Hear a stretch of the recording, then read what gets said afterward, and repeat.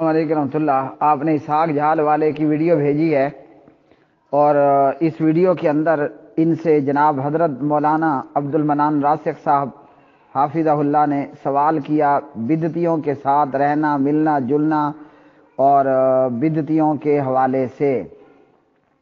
اسحاق جہال والے نے کہا کہ میں اس سوال پہ ناراض نہیں ہوتا، اور یہ کہ شیعوں کے متعلق اور بدعتیوں کے متعلق اور حنفی مطلب دیوبندی بریلویوں کے متعلق مغالطے ہیں، وہ سوال کر رہے ہیں اہل بدعت کے تعلق سے اور یہ اس کو مغالطہ بتا رہے ہیں۔ مطلب یہ کہ یہ لوگ جو اہل بدعت ہیں اور اہل شرک ہیں، جن کے عقائد کے اندر بدعات موجود، جن کے اعمال کے اندر جو ہے وہ بدعات موجود، اور بدعات بھی کفر تک لے جانے والی، اور عقائد کے اندر شرک اور شرک اکبر تک موجود ہے۔ اسحاق جہال والا کہتا ہے یہ شیعوں اور اہل بدعت اور دیوبندی مقلدوں بریلوی مقلدوں کے متعلق اشکالات ہیں، وہ مغالطے ہیں، یہ مغالطے نہیں ہیں۔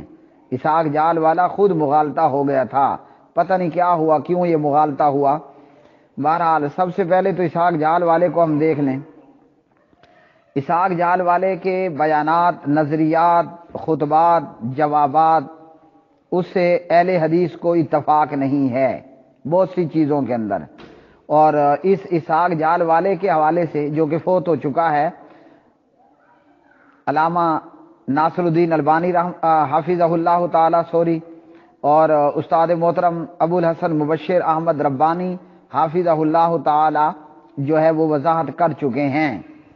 یہ اسحاق جہال والا ہو یا علی مرزا جیلمی جیسے لوگ ہوں، نامعلوم در پردہ کیا ہیں، لیکن بہرحال اہل شرک کے متعلق اہل حدیث کا ایک بالکل واضح اور کلیئر موقف ہے، اور ان کے عقائد کے اندر بغیر کسی شک کے اور ان کے اعمال کے اندر بغیر کسی شک اور شبہ کے شرک و بدعات کی پوری بھرمار موجود ہے۔ وہ وحدت الوجود اور وحدت الشہود کے عقیدے ہوں کہ جو ہے وہ اس کے علاوہ جو ہے وہ یا دیگر ان کے اعمال ہوں، تو جو سامنے ظاہر نظر آ رہا ہے وہ اللہ ہے، اور اللہ ہی کی وجود کی یہ مختلف شکلیں ہیں یا اس قسم کے دیگر عقائد، تو یہ مغالطے نہیں ہیں۔ جو اللہ تعالیٰ کو چھوڑ کر علی مشکل کشا کہہ رہا ہے، اور اسی طرح جو ہے وہ بہاول حق بیڑا دھک کہہ رہا ہے، ابھی ان کے اہل شرک اور اہل بدعت ہونے میں اسحاق جہال والے کو مغالطہ ہے۔ اگر مشرکوں کے ہاتھی کی طرح کان ہوتے اور اہل بدعت کے اگر گائے بیلوں بھینسوں کی طرح سینگ ہوتے تو ان اہل تقلید کا بھی یہ پوری طرح معاملہ اسی طرح سامنے ہوتا، لیکن ایسا ہے نہیں۔ تو بہرحال یہ مغالطے نہیں ہیں، یہ حقیقت پر مبنی باتیں ہیں۔ بدعات میں دو قسم کی بدعات ہیں، ایک بدعت مکفرہ ہے جو کفر تک لے جانے والی ہیں، اور بعض بدعتیں ایسی ہیں کہ جو کفر تک نہیں لے جاتی لیکن وہ بہرحال بدعت ضرور ہے۔ مثلا اذان سے پہلے الصلاۃ والسلام کا شروع ہو جانا اور میلاد کا نکالنا، اور بعض چیزیں وہ کلیئر کفر تک لے جانے والی اور صریحاً شرک اکبر ہے، کہ اللہ کو چھوڑ کر مردوں کو پکارنا، مورتیوں کو پکارنا، مردوں مورتیوں سے مدد مانگنا، اور یا یہ کہ مردوں وغیرہ کے نام پر نظر و نیاز کرنا، جیسے 11ویں ہے اور بھی اس طرح کی 12ویں 13ویں 14ویں بہت ساری چیزیں ہمیں مارکیٹ میں ان اہل شرک کے اندر صاف نظر آتی ہیں۔ تو بدعتی کو عزت نہیں دینی چاہیے، بدعتی کا پروٹوکول نہیں کرنا چاہیے۔ بدعتی کے حوالے سے یہ ہے، بلکہ ائمہ کرام رحمہم اللہ تعالی اگر کوئی ایسا بدعتی آتا اور آ کر سوال کرتا مجلس میں، بجائے اس کے سوال کا جواب دینے کے اس بدعتی کو اپنی محفل سے نکال باہر کر دیا کرتے تھے۔ اور صحابہ کرام رضوان اللہ علیہ مجمعین تو یا تو وہ اگر طاقت اور قدرت ان کو ہوتی تو اہل بدعت کا موقع پر خوب رد کرتے، اور اگر ایسا ممکن نہ ہوتا تو خود ایسی محفل اور ایسی جگہ سے دور نکل جایا کرتے تھے اور ایسے لوگوں سے پرے ہو جاتے۔ ان کا تعلق اور ان کا قرب اس طریقے پر حلال ہے کہ آپ ان کو دعوت دیں، آپ ان کو تبلیغ کریں، ان کو نصیحت کریں، بدعات چھوڑنے کا کہیں، نبی علیہ الصلوۃ والسلام کی احادیث بیان کریں کہ ان عائشہ رضی اللہ تعالی عنہا قالت قال رسول اللہ صلی اللہ علیہ وسلم من عمل عملا لیس علیہ امرنا فهو رد، رواہ مسلم۔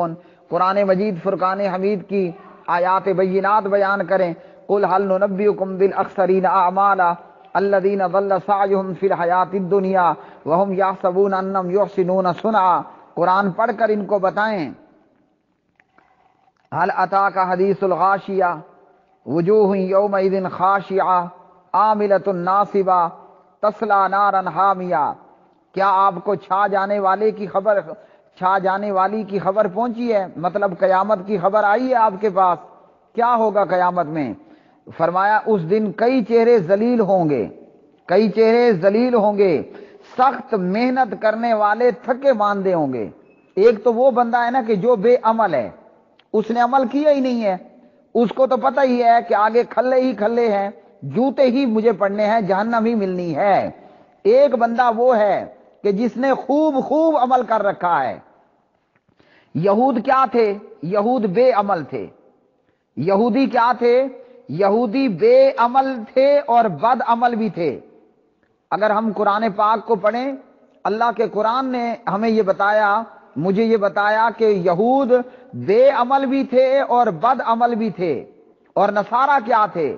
نصارہ با عمل تھے اور اعمال بھی کوئی چھوٹے موٹے نہیں کرتے، کیٹو پہاڑ جتنے بڑے بڑے جو ہیں وہ اعمال کرنے والے لوگ تھے۔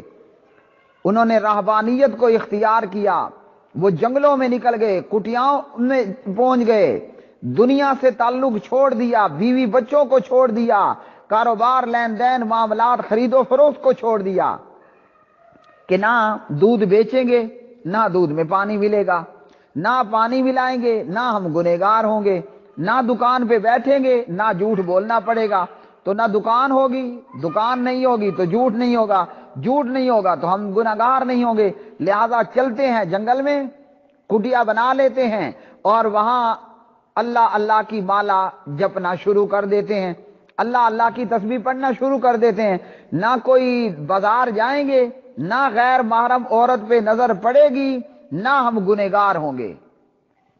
دیکھنے کو بڑے خوبصورت اعمال ہیں کہ جناب اس نے دودھ بیچنا چھوڑ دیا، کیونکہ نہ دودھ بیچوں گا، نہ پانی ملا کر ملاوٹ کا مجرم بنوں گا، نہ بازار جاؤں گا، غیر محرم عورت پہ نظر نہیں پڑے گی تو بد نظری کا شکار بھی نہیں ہوگا، میری آنکھ، میرا دل، میرا ایمان خراب بھی نہیں ہوگا۔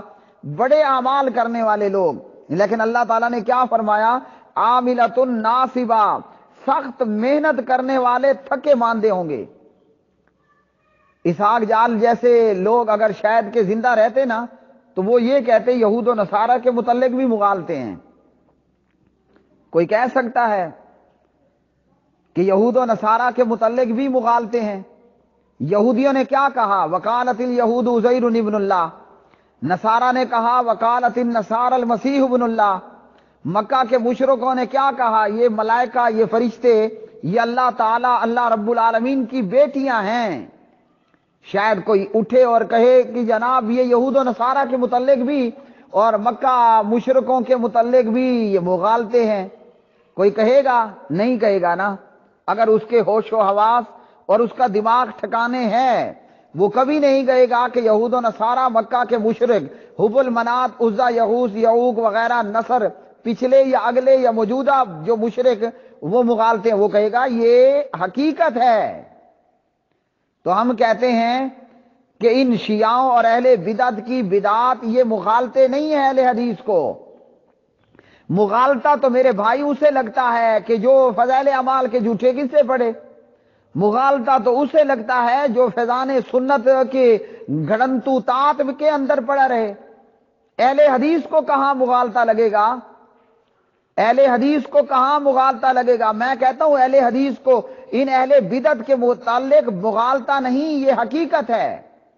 الحمدللہ ہم مدارس میں اپنی پریب سے کتاب الجامع پڑھتے ہیں، ہم مدارس کے اندر اپنی نرسری سے کتاب الجامع پڑھتے ہیں، ہم مدارس میں اپنی پہلی کلاس سے الحمدللہ حدیث پڑھتے ہیں اور آخر تک حدیث پڑھتے چلے جاتے ہیں. پہلے دن سے ہم قرآن کا ترجمہ پڑھتے ہیں، آخر تک ہم قرآن کا ترجمہ پڑھتے چلے جاتے ہیں. ہم تفسیر پڑھتے چلے جاتے ہیں، ہم نبی علیہ الصلوۃ والسلام کی احادیث پڑھتے چلے جاتے ہیں. ہمیں کیوں مغالطہ لگے گا؟ نامعلوم اسحاق جھال اور علی مرزا جہلمی اور ان جیسے لوگوں کو پتہ نہیں کیا گھول کے پلا دیا گیا تھا. جس بندے نے قرآن پڑھا ہو، جس بندے نے حدیث پڑھی ہو، بلوغ المرام پڑھی ہو، بخاری پڑھی ہو، مشکات پڑھی ہو، مسلم پڑھی ہو، ترمذی، نسائی، ابن ماجہ حدیث پڑھی ہو، اور اسے پھر بدعت میں مبتلا لوگ بدعتی نظر نہ آئیں. ہاں یہ ہو سکتا ہے کہ جیسے بندے کی آنکھوں میں وہ آنکھوں پر پردہ آ جاتا ہے، موتیا بند آ جاتا ہے اور آنکھیں خراب ہو جاتی ہیں تو پھر نظر آنا خراب ہو جاتا ہے.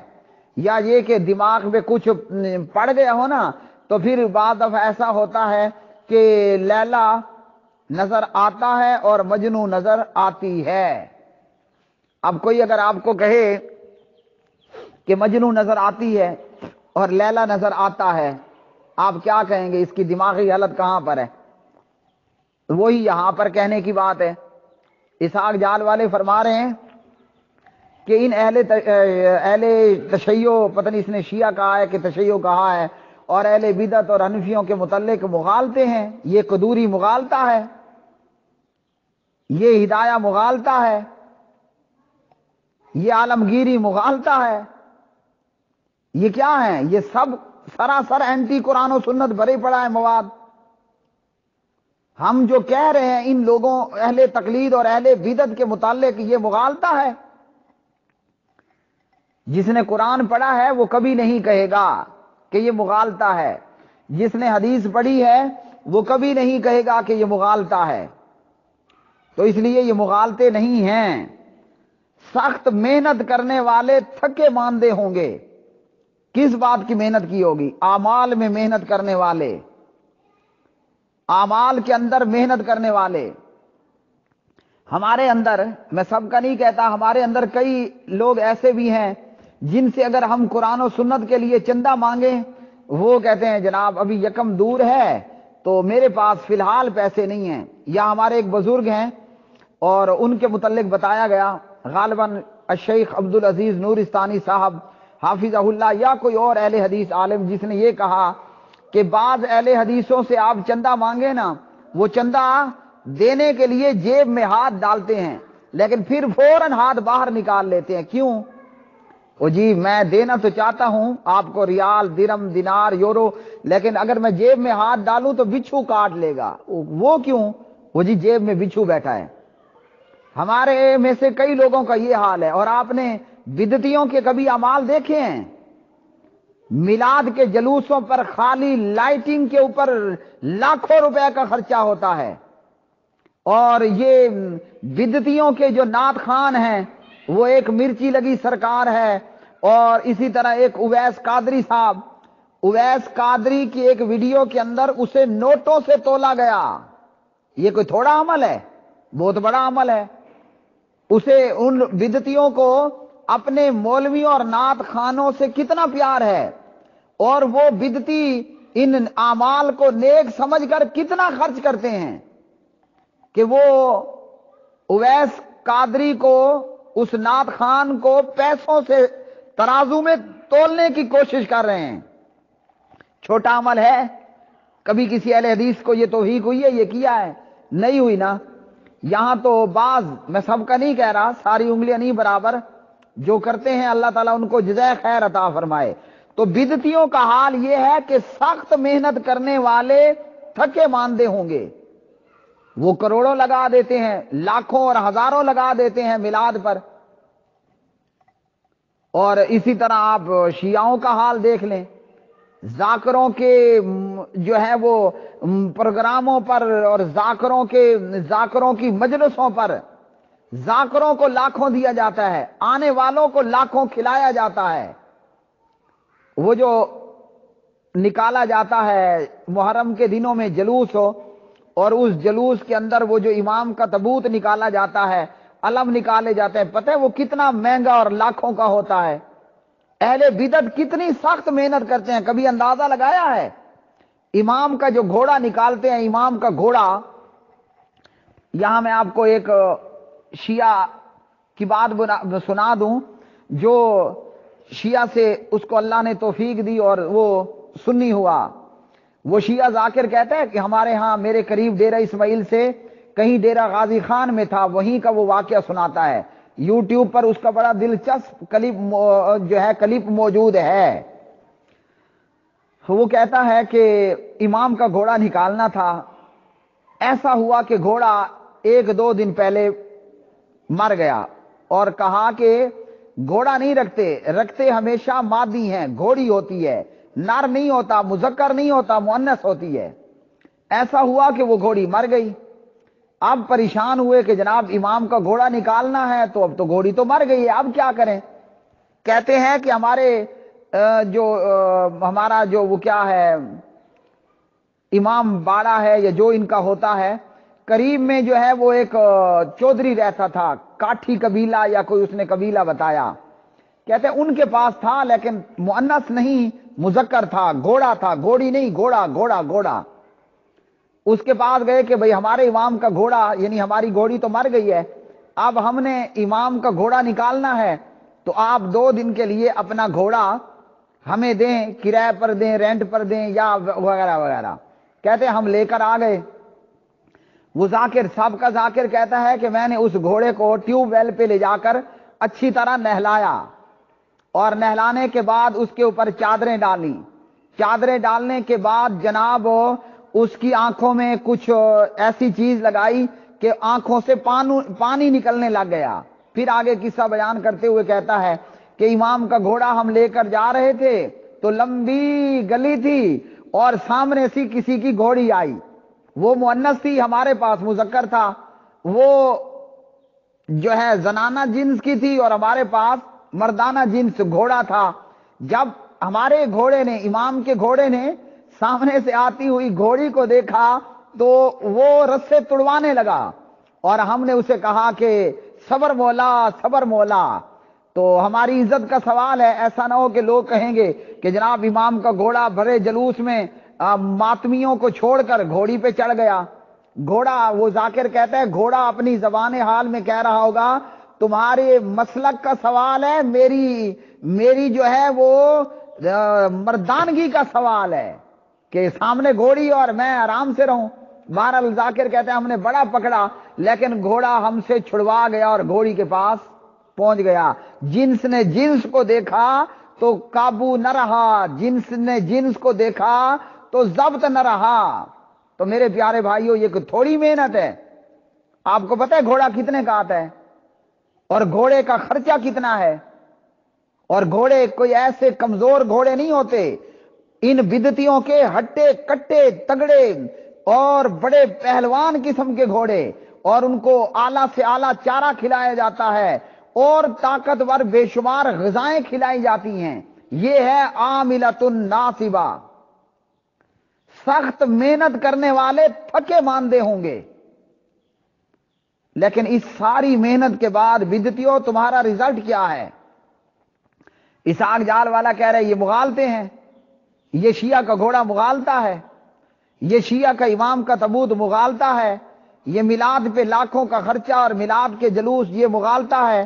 الصلاۃ والسلام علیک یا نور اللہ، یا رسول اللہ، یا غوث مدد، یا امام مدد، یا علی مدد، یا رسول مدد، بہاول حق تے بیڑا دھک، بری بری امام بری، میری کھوٹی قسمت کر دے کھری، یہ مغالطے ہیں۔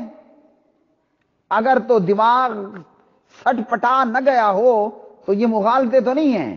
جو اللہ کو چھوڑ کر مردے کو پکار رہا ہے، جو اللہ کو چھوڑ کر مردے کو کہہ رہا ہے اے بری امام میری کھوٹی قسمت کر دے کھری، یہ مغالطہ ہے۔ لا حول ولا قوت الا باللہ العلی العظیم۔ کل کو کوئی کہے کہ جناب وہ حبل کی عبادت کرتے تھے، یہ مغالطہ ہے۔ وہ منات لے کر آ گئے، یہ مغالطہ ہے۔ وہ عزا کی پوجا کرنے لگے، یہ مغالطہ ہے۔ مطلب وہ ایسے نہیں ہیں۔ ہمیں وہ لیلا نظر آتی ہے مجنو نظر آتا ہے، یہ نہیں ہے، بلکہ لیلا نظر آتا ہے، مجنو نظر آتی ہے۔ جو ہم کہیں وہ ان کو اور لگے، جو وہ الٹ کہیں وہ یہ کہیں کہ مغالطہ ہے۔ اس ساری محنت کے بعد بدعتیوں کا کیا ہوگا؟ فرمایا تسلا نارن حامیہ، دہتی آگ میں داخل ہوں گے۔ کیوں داخل ہوں گے؟ کہ حل ننبئکم بالاخسرین اعمالا، اعمال کے باوجود خسارہ۔ اور سمجھتے کیا رہے ہوں گے؟ سمجھ رہے ہوں گے کہ ہم بڑے نیکوکار ہیں اور بڑے نیک اعمال کرنے والے لوگ ہیں۔ میں کہتا ہوں یا اللہ مدد، میرے نبی نے مجھے بتایا ہے قتل ہو جا، جلا دیا جا، لا تشرک باللہ، اللہ کے ساتھ شرک نہیں کرنا۔ وہ کہتا ہے یا علی مدد، یا غوث مدد، یا رسول مدد، یا نبی مدد، یا بہاول حق مدد، بلکہ فرشتوں سے بھی مدد مانگی جاتی ہے، جبریل مدد کر، میکائیل مدد کر۔ یہ ابھی مغالطہ ہے۔ انا للہ و انا الیہ راجعون، تو یہ کوئی مغالطہ نہیں ہے۔ اس لیے اہل بدعت کے ساتھ اگر آپ کا معاملہ بنتا ہے، نہ شادی کریں وہاں، نہ وہاں شادی دیں، نہ رشتہ لیں، نہ رشتہ دیں، نہ ان کو دعوت پہ بلائیں، نہ ان کی دعوت پہ جائیں۔ ہاں اگر آپ جاتے ہیں تو ڈنکے کی چوٹ پہ کھڑے ہو کر لا الہ الا اللہ کا آوازہ لگائیں، کہیں کہ یا غوث مدد کہنا شرک ہے، کہیں کہ بہاول حق بیڑا دھک کہنا شرک اکبر ہے، کہیں کہ بری بری امام بری کھوٹی قسمت کر دی کھری کہنا حرام ہے۔ یہ ہے تعلق کا طریقہ، ورنہ تعلق کوئی نہیں ہے۔